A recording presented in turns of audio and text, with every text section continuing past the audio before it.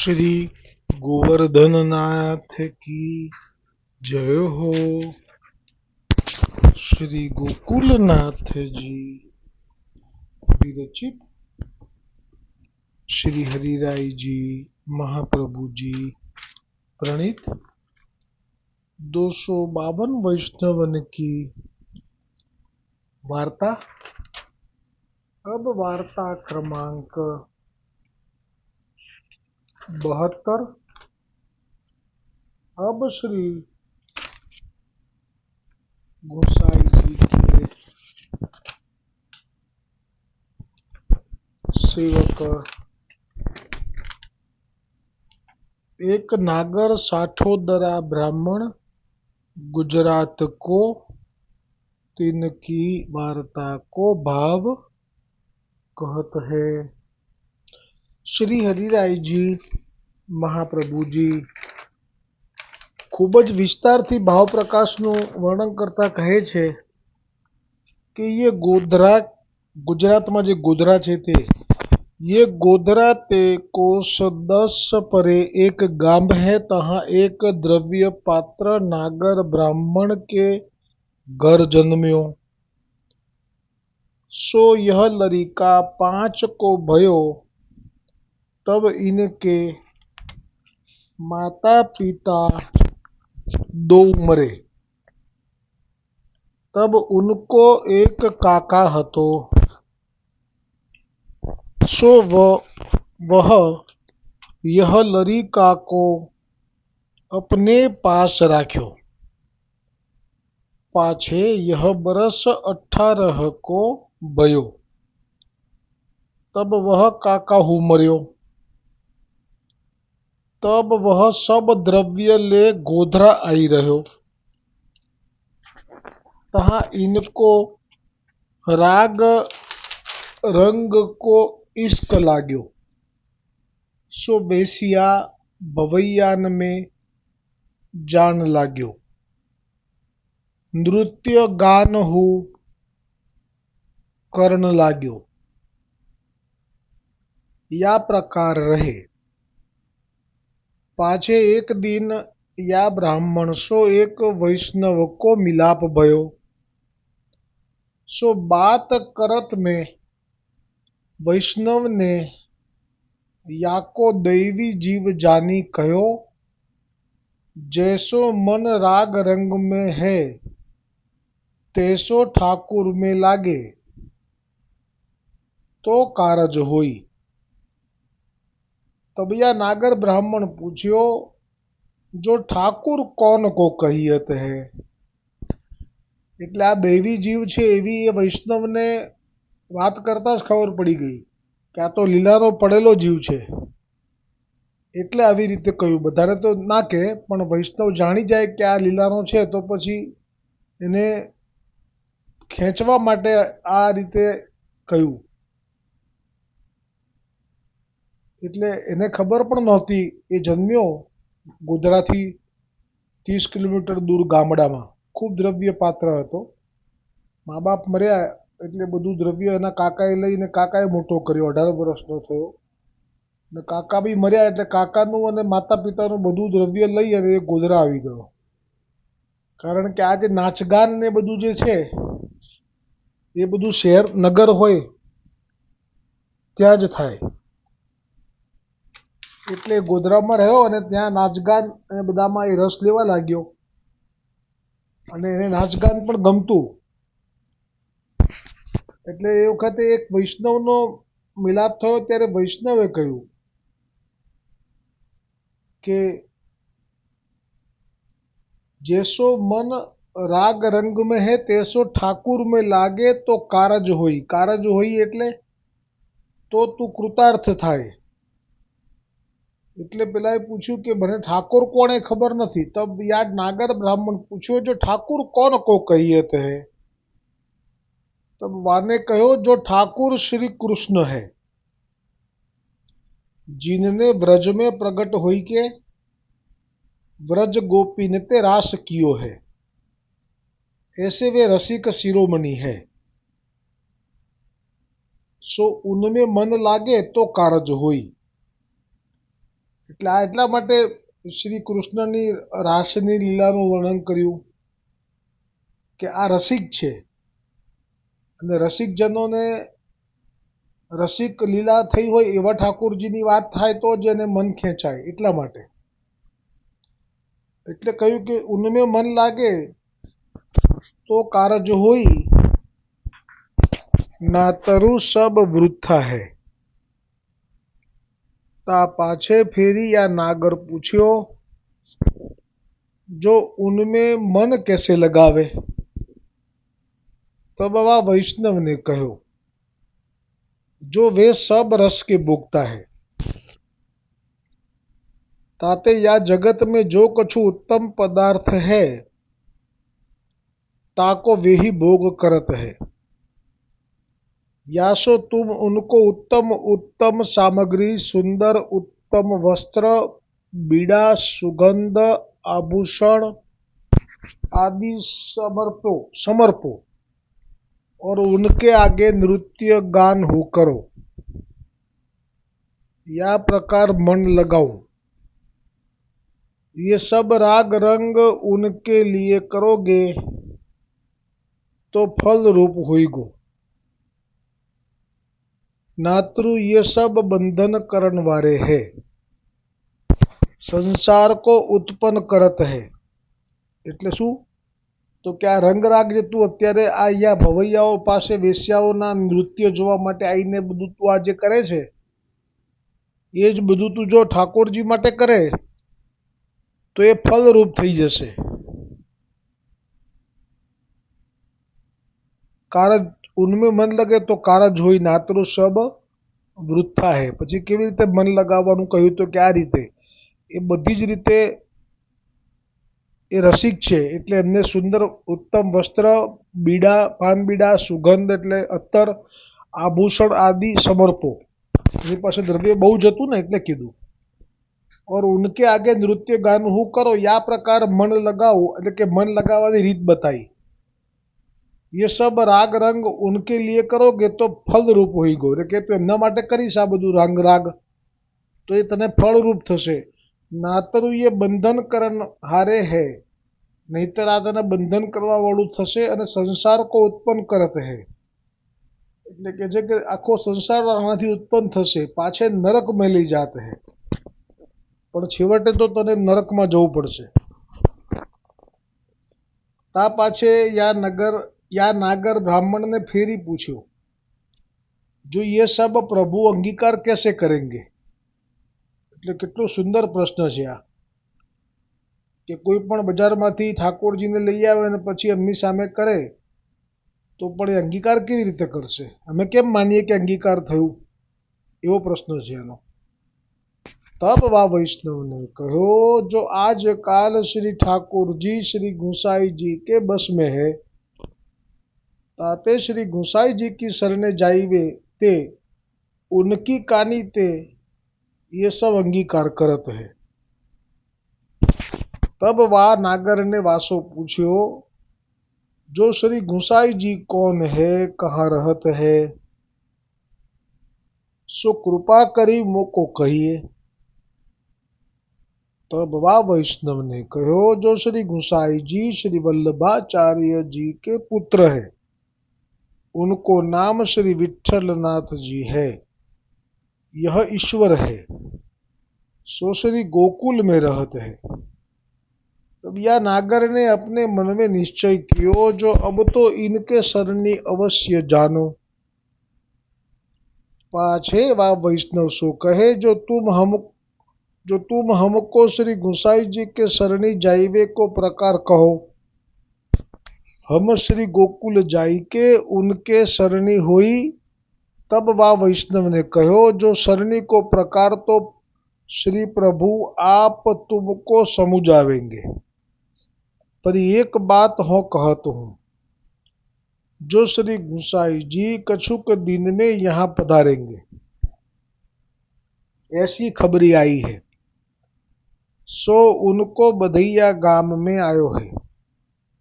और विशेष समाचार तो नागजी भट्ट जानत है. નાગજી ભટ્ટ ગોધરાના હતા ને એટલે એમને બધી ખબર છે કે વિશેષ કંઈ જાણવું હોય તો ताते तुम नागजी भट्ट को मिलो, उनको संग करो, वे श्री गुसाई जी के बड़े कृपा पात्र भगवदीय है, ताते उनके संग ते तुम्हारो कारजहु होइगो। ता पाछे वह नागर ब्राह्मण नागजी भट्ट के घर गयो, सो नागजी भट्ट सो सब समाचार कहे।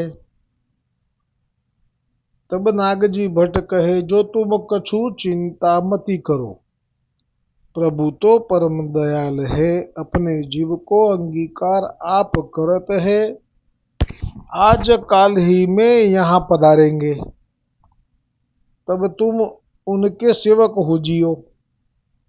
या प्रकार नागजी वा को समाधान किए पाछे यह नागर ब्राह्मण अपने घर आयो, परिवा को चित्त में चैन परे नाही।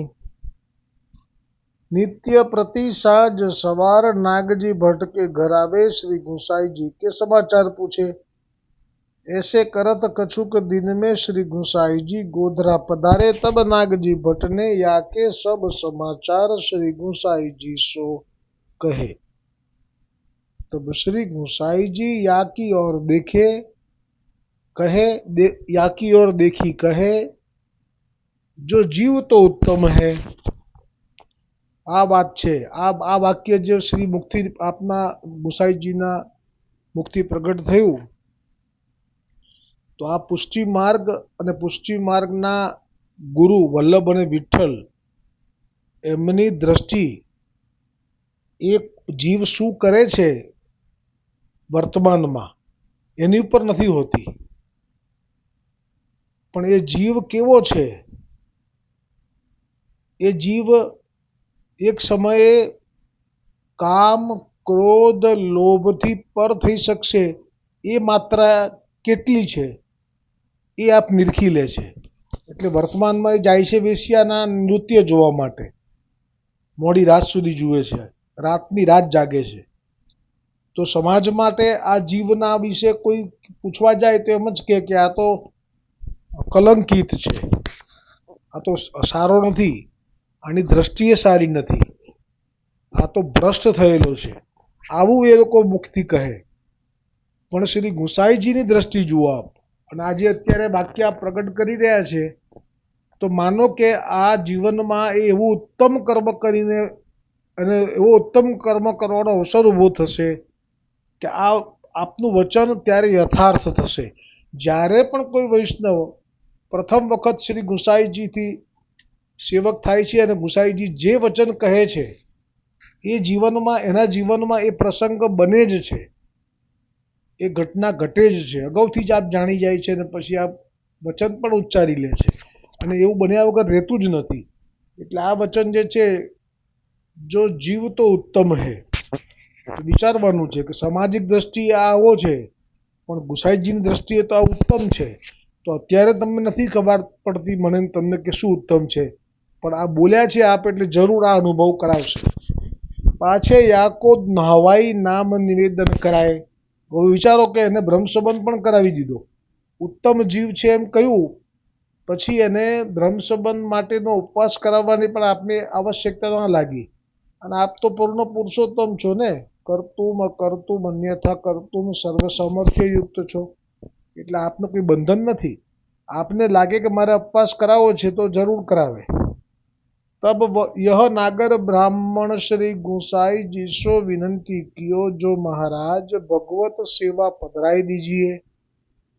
तब श्री गुसाई जी कृपा करी के वाको श्री मदन मोहन जी को स्वरूप पधराई दिए. पाछे सब सेवा की रीति बताए. ता पाछे आज्ञा किए, जो राग रंग पूर्वक इनकी सेवा करियो. શ્રી ઠાકુરજી આપ તો ઉપર એટલે કે તારી ઉપર પ્રસન્ન હોઈંગે, આશીર્વાદ પણ આપી દીધા. હવે આપ આશીર્વાદ આપે એટલે ઠાકોરજી પ્રસન્ન થવાના એ પણ નક્કી થઈ ગયું, એટલે કે સાનુભાવ બતાવવાના એ પણ પાકું થઈ ગયું. सो या प्रकार प्रभु आप आशीर्वाद दिए, पाछे वह नागर श्री गुसाई जी को भेंट धरी, श्री ठाकुर जी को पधराई, अपने घर आयो।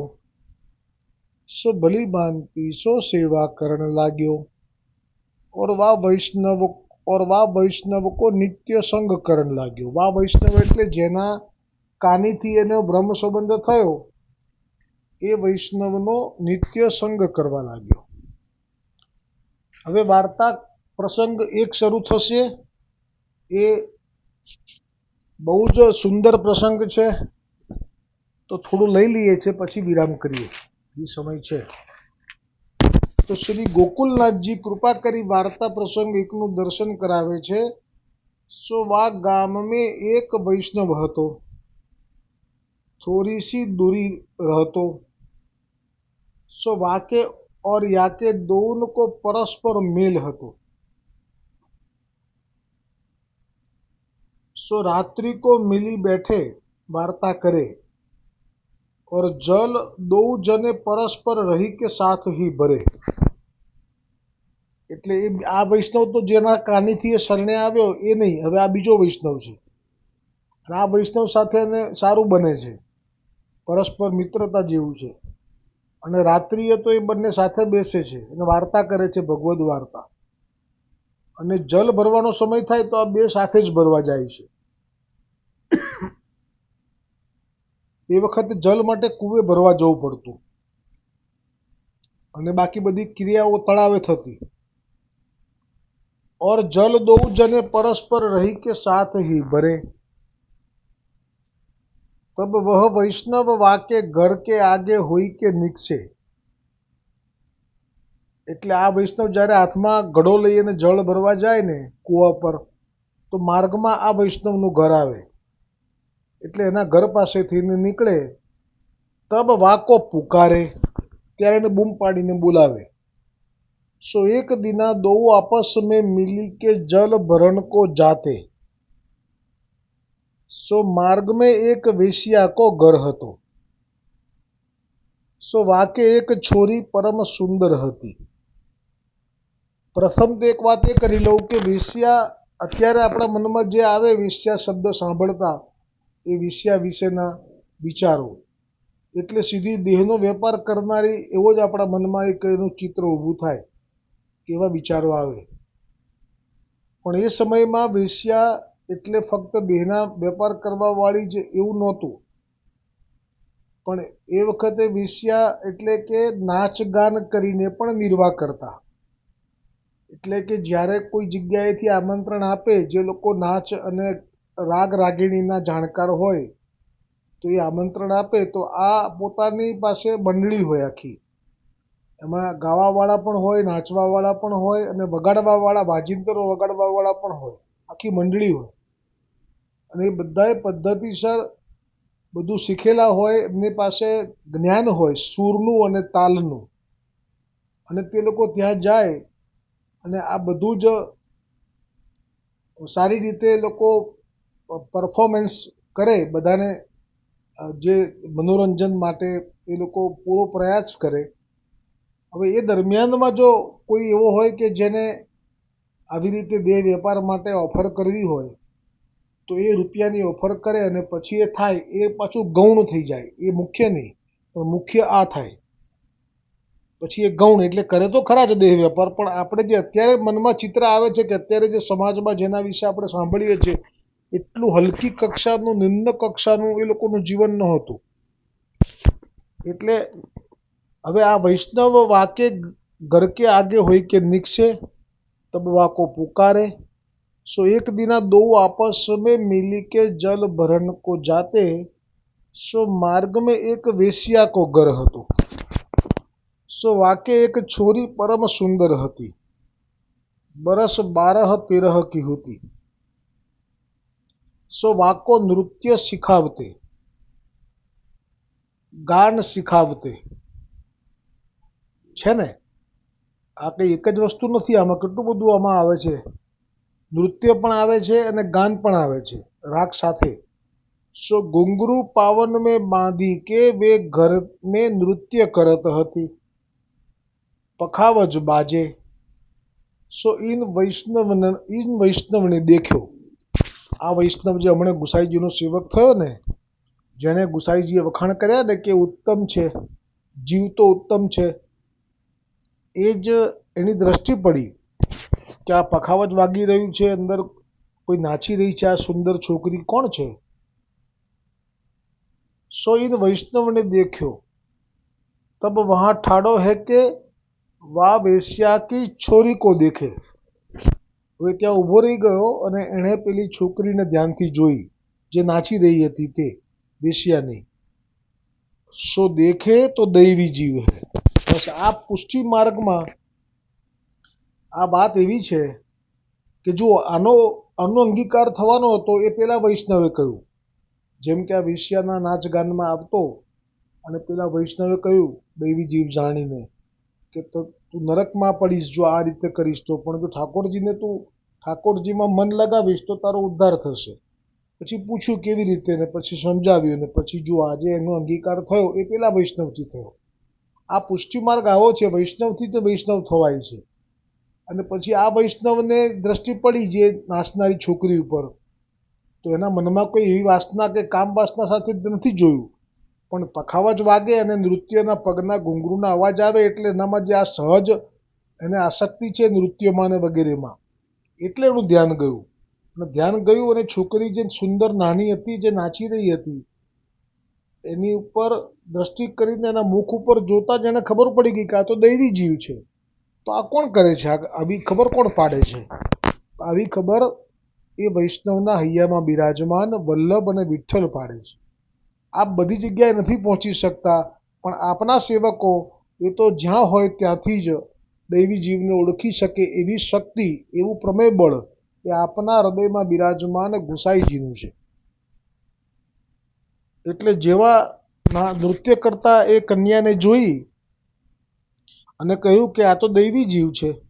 વાકે મુખ ઉપર ભગવદ તેજ બિરાજત હે. એટલે જુઓ, પુષ્ટિ બીજ છે ને એ એનું તેજ જુદું હોય છે. હા, પણ એ સાધારણ મનુષ્યને ના દેખાય, એ જે બ્રહ્મ સંબંધી જીવ હોય એને જ દેખાય. તબ એ વૈષ્ણવ ઉહા ગાગરી લીએ હી ઉહા વાકો દેખન કો ઠાડો ભયો. હવે આના હાથમાં ઘડો છે જળનો, ગાગરી એટલે જળનો ઘડો, એ હાથમાં લઈને ત્યાં જ ઊભો રહી ગયો એ જોવા માટે, કારણ કે એને લીલાની જીવ છે એવી ખબર પડી ગઈ ને એ ભાવથી. પણ પેલાને થોડી ખબર પડે, જોડેવાળા બિચારા વૈષ્ણવને કે આ કયા ભાવથી ઊભો છે. એને તો મર્યાદા જાળવવી જ પડે. પુષ્ટિ માર્ગની મર્યાદા છે કે આવી જગ્યાએ ના ઊભા રહેવાય, એની જગ્યાએ સાચો છે. પણ આણે તો શું કર્યું કે ત્યાં ઊભો રહી ગયો, સો વાકો નિરખી કે દેખે, અને આ ટીકી ટીકીને જોવા લાગ્યો, પણ કયા ભાવથી એ આને ખબર નથી. તબ વા સાધકે વૈષ્ણવને યાસો કહ્યો જો यहाँ ઠાડો રહનો ઉચિત નાહી તાતે ચલીએ. આ ખરેખર મર્યાદા છે, ક્યાં ઊભા રહેવાય, શું જોવાય, એ પુષ્ટિ માર્ગના વલ્લભીય વૈષ્ણવોની એટલી તો વિવેકની બુદ્ધિ હોવી જ જોઈએ ને. તબ વા વૈષ્ણવને કહ્યો જો નેક તો ઠાડો રહી યહાં કછુક કૌતુક હે. હવે એણે ચોખવટ ના કરી, પણ એણે સામે એવી ચોખવટ કરી કે થોડીક વાર જ ઊભો રહે, વધારે નહીં, કેમ કે બે સાથે જાય આવે એટલે વધારે નહીં, થોડીક જ વાર ઊભો રહે. યહાં કછુક કૌતુક હે. કૌતુક શબ્દ વાપર્યો એટલે એનો અર્થ એવો થયો કે એણે સ્પષ્ટતા કરી દીધી કે આપણે કંઈ બીજી રીતે કે એવી ભાવનાથી નથી ઊભો રહ્યો, હું એવી ચિંતા ના કરીશ તું, એમ નિશ્ચિંત કર્યો. અને સાથે કૌતુક કહ્યું એટલે હજી એને વિશ્વાસ નથી આ દૈવી છે કે નહીં, અસમંજસતા છે. નહીતર તો તરત કહી દેત કે આ તો દૈવી જીવ છે. પણ એ વખતે હજી એ નક્કી કરી રહ્યો હતો, અને એ વાઇબ્રેશન અને એને મુખને જોઈ અને એને આભા તેજને એ પારખી રહ્યો હતો, એટલે કહ્યું કે કશું કૌતુક છે, અહીંયા વાસના નથી. તા પાછે વા વૈષ્ણવને કહ્યો જો હોત તો જાત હું, તુમ પાછે તે આઈયો. એટલે ખરેખર આ જગ્યાએ ના જ ઊભા રહેવાય, એટલે એને એની રીતે કહ્યું કે હું તો જઉં છું, તારે ઊભા રહેવું હોય તો તું ઊભો રહે.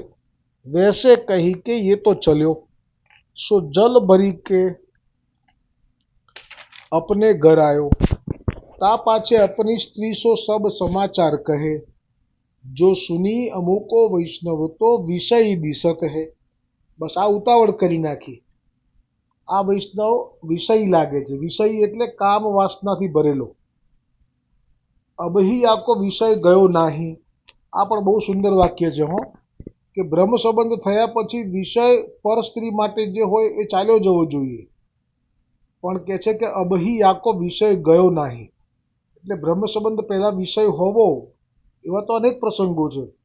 નંદદાસજી એ તો ગુસાઈજીની સન્મુખ થયા ત્યારે જ કબૂલ કર્યું કે મને તો પર સ્ત્રીથી એટલું આકર્ષણ થતું કે હું તો બહુ જ એમને પીડા આપી ચૂક્યો છું.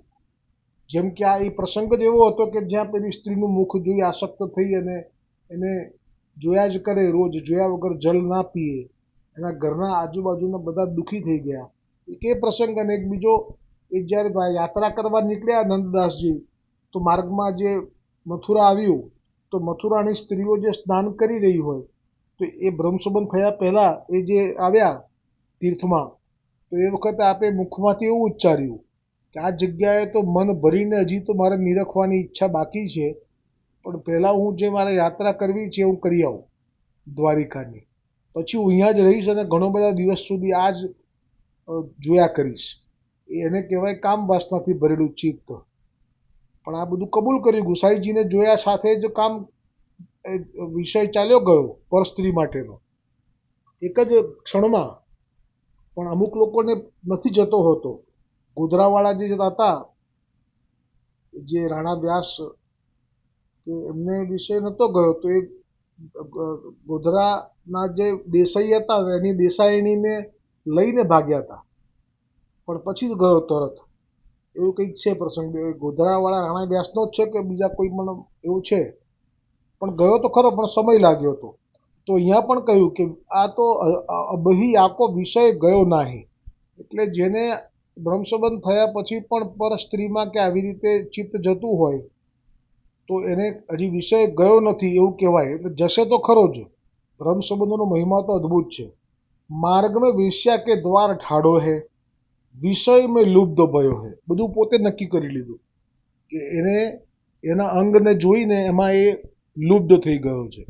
તાતે અબ યાકી સંગતિ ઉચિત નાહી, તાતે વહ અપુને દ્વારે પુકારે, તબ તું નાહી કર્યો, વે દો ઘર નાહી એસે કહીયો. એટલે હવે જ્યારે એ પાણી ભરવા માટે ભરીને આવે એ વખતે એને મૂકીને આવતો રહ્યો છું, એટલે બૂમ તો પાડશે જ. તો તારે કહી દેવાનું કે નથી. વો દો ઘર નાહી એસે કહીયો. વો દો ઘર નાહી એટલે શું મને ખબર નથી, પણ ટૂંકમાં ના પાડી દેજે. અધૂરો રહેલો પ્રસંગ આવતીકાલે. બોલો શ્રી વલ્લભાધીશ કી જય હો, શ્રી ગુસાઈજી પરમ દયાલ की जय हो, श्याम सुंदर श्री यमुने महारानी जी की जय हो, वल्लभ कुल परिवार की जय हो, गोवर्धननाथ की जय हो, अपने अपने गुरुदेव की जय हो. दृढ़ इन चरण न केरो भरोसो, दृढ़ इन चरण न केरो, श्री वल्लभ नख चंद्र छटाबी न सब जगमाजू अंधेरो, साधन और नहीं आ कली में, जासो होय निडेरो, સુર કહા કહે દ્વિવિધ આદરો, બિના મોલ કો ચેરો. આ આશ્રયના પદમાંથી બે વાત તો એવી સ્પષ્ટ દીવા જેવી દેખાય છે કે જે કોઈ પણ બ્રહ્માંડમાં જે આ પ્રકાશ છે એ મહાપ્રભુજી વલ્લભાચાર્યજી પૂર્ણ બ્રહ્મ છે, આપનાથી છે. એટલે જ સુરદાસજીએ સ્પષ્ટ કહ્યું કે શ્રી વલ્લભ નખ ચંદ્ર છટાબીને સબ જગમાજુ અંધેરો. એટલે આપણે મૂળ જ પકડી લેવાનું છે, પછી કોઈ ચિંતા નથી. અને છેલ્લે કહ્યું બિના મોલ કોચેરો, એટલે ક્યારે પણ સત્સંગ અને ભજન થયા પછી મારું આટલું કામ કેમ ના થયું, કે મને કેમ આ દુઃખ આવ્યું, કે મને કેમ આ તકલીફ થઈ, આવો કોઈ બદલાનો ભાવ રાખવાનો નથી.